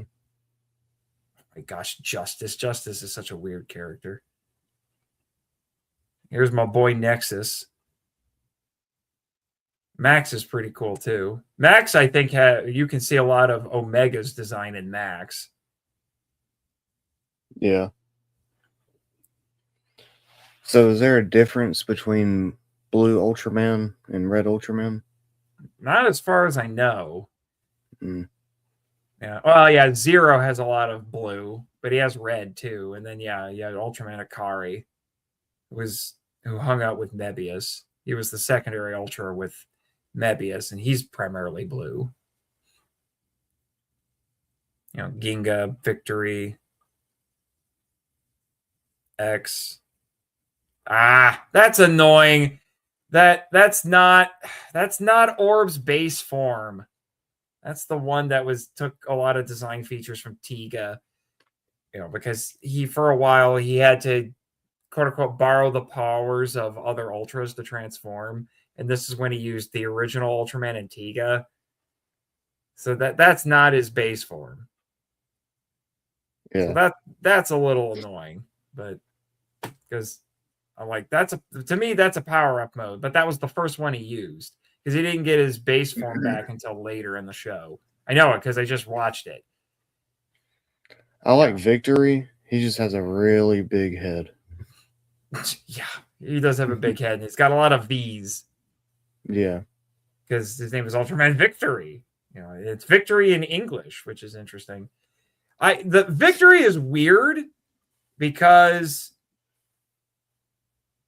I mean, he's supposed to be like the secondary Ultra to Ginga, but he shows up in Ultraman Ginga S, which is basically a second season of this because the first season of Ginga only lasted 12 episodes. And then they made 16 for Ginga S. But Ginga S is way more about Victory than it is Ginga. Really? But yeah, so as far as I care, he's the primary Ultra in Ginga S. You know, because when I've been doing my Ultraman figure collections, I get the figures of the main Ultras, and then after I do that, I'm like, okay, once I get all the get figures of the primary Ultras, I'll go back and get the secondaries. Yeah. But with these two, I'm like, they're both basically the primary Ultras, so I just bought figures of both of them. Might as well. Yeah. And then I'll have to do the same thing here because Blue, his name is literally Blue, BLU, and Rosso, they're brothers. They're human brothers. And the show's called Rube, R/B, because they are the primary Ultra. So I'll have to get figures of both of them. That's their sister, who becomes an Ultra later, but I'll save her for later. And then it's the same thing with these three. That's Taiga. He's the title character, but these guys are his buddies. Yeah, old Titus. Dude's huge. Oh, yeah. Well, have you seen the clip that sometimes gets circulated on social media where he's like showing off how tough he is because he's that jacked and the monster keeps trying to shoot him with stuff, and no matter where the monster shoots him, it just bounces off. He even shot him in the butt and nothing happened. Yeah. He's just standing there flexing. It's really nuts. Yeah. I don't have the a Arnold figure Schwarzenegger of Ultraman. Yeah, basically. He's like, I'm Ultraman Titus. You can't hurt me. Shoot me in my magic arse. This arse was made in the land of light. What can you do to it? Yeah, seriously. I don't have a figure of Reboot yet. Reboot. But Reboot is weird. He doesn't have a show. He guest stars in other people's stuff. But he was originally in a Malaysian cartoon. And then they made a live action version of him. It's weird. Yeah. I'm not the biggest fan of Z's base form. I don't know. Maybe it just depends on the angle I look at it from. I don't know. And that's Regulos, obviously. He's been in the the clip show. And we'll settle it when we do the ranking, but the more I look at Trigger, the less I like him. The design anyway. I think it looks pretty cool. But I also haven't watched the show yet. So yeah, well, I'm just talking about the design, but like he just looks like a slightly over-designed version of Tiga. Right. That's why I have trouble with it. It's funny. He looks more like Ultra 7, but he has tattoos. He's like hardcore Ultra 7, I guess. Yeah. Decker's okay. There's our boy. Come on. So cool.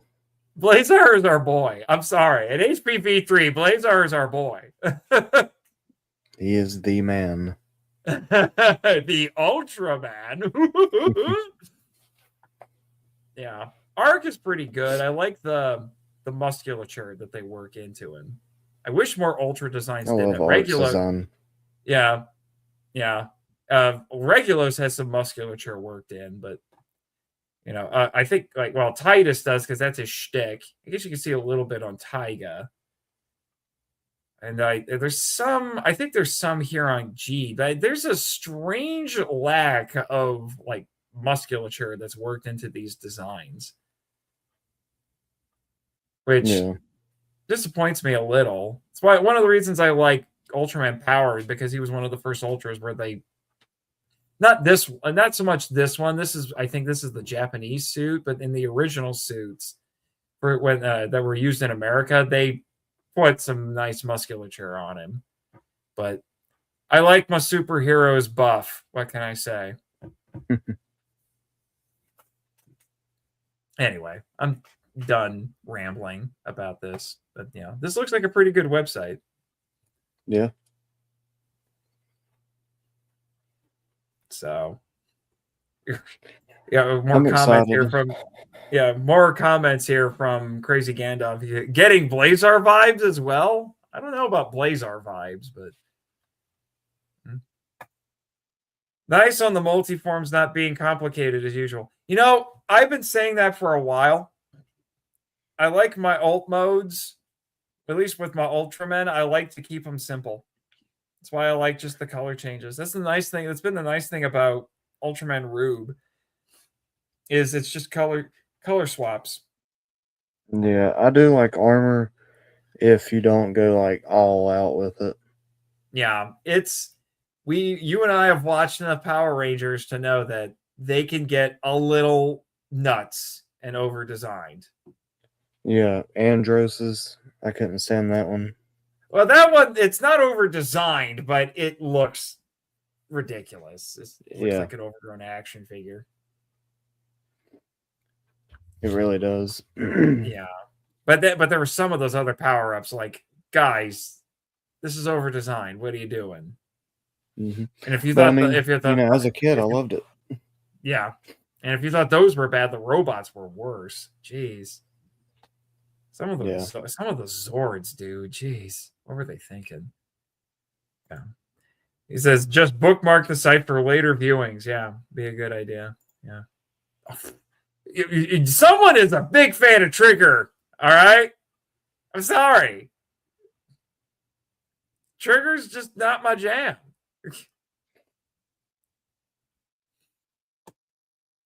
Although the first episode of Trigger has the weirdo mud fight on Mars.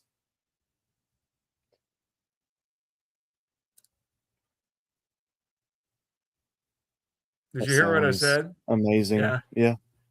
And it's an Ultra Woman and Trigger. It's weird and feels borderline not safe for work. It's just like, what is going on? What is going on? Well, I mean, Guys? Ultraman or nudist, so Well, it would be not safe for work. yeah, true. In the land of light, this is not safe for work, guys. Yeah. Oh my gosh. Well, anyway, we had a lot to go over today.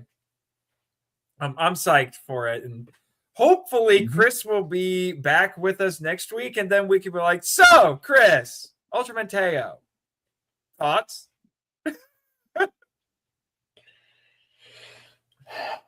I think he likes it. Oh, I think he will too.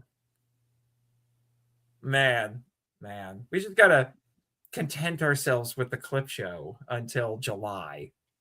Yep. It's not that And then far we're away.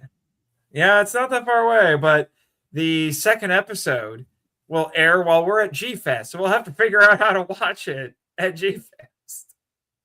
Yeah. Carve out the time. You just do what we did last time. Yeah, basically. Yeah. Yeah. And by the way, everybody, I think I might have mentioned this last week. And actually, what we brought it up last week, and you're like, huh? You and Chris are going to be on a panel? I want to be on a panel. So things have changed. Now Jake is going to G-Fest. No. I will not be. What? Yep. I was trying to figure out the best way to make it work, and I don't think it'll happen this year.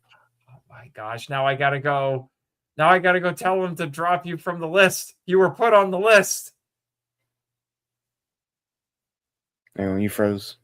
I said I'm gonna have to tell them to update the list again because I've got you on the list. Oh, dang it! Why'd you do that? Because I thought it was for sure. No, I didn't tell you it was for sure. Okay. All right. I'll let him know. I will email Mr. Arnold and let him know. But you can just I can FaceTime you. You can put me on your computer at the desk. At the desk. Oh my gosh. Well, I suppose we could try that. If all else fails, we could try that. You just have to make sure you're available that weekend for an hour or so. Yeah. All right. I'll see what I can do. Maybe we can still make it happen. All right. In the meantime, what did we learn this week? Your dad might be fake. And Nim might be your sister, which would suck because she's really hot. May the power protect you, you weirdos.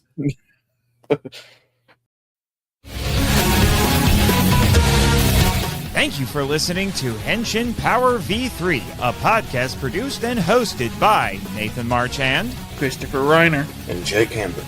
If you'd like to send us feedback, we'd love to hear from you. So email us at henshin.power.v3@gmail.com. Follow us on X, the artist formerly known as Twitter. Thank you, Danny DeManna, where our handle is @HenshinPowerV3, and join our official Facebook groups, Power Rangers Legacy and the Marvel Out Lounge.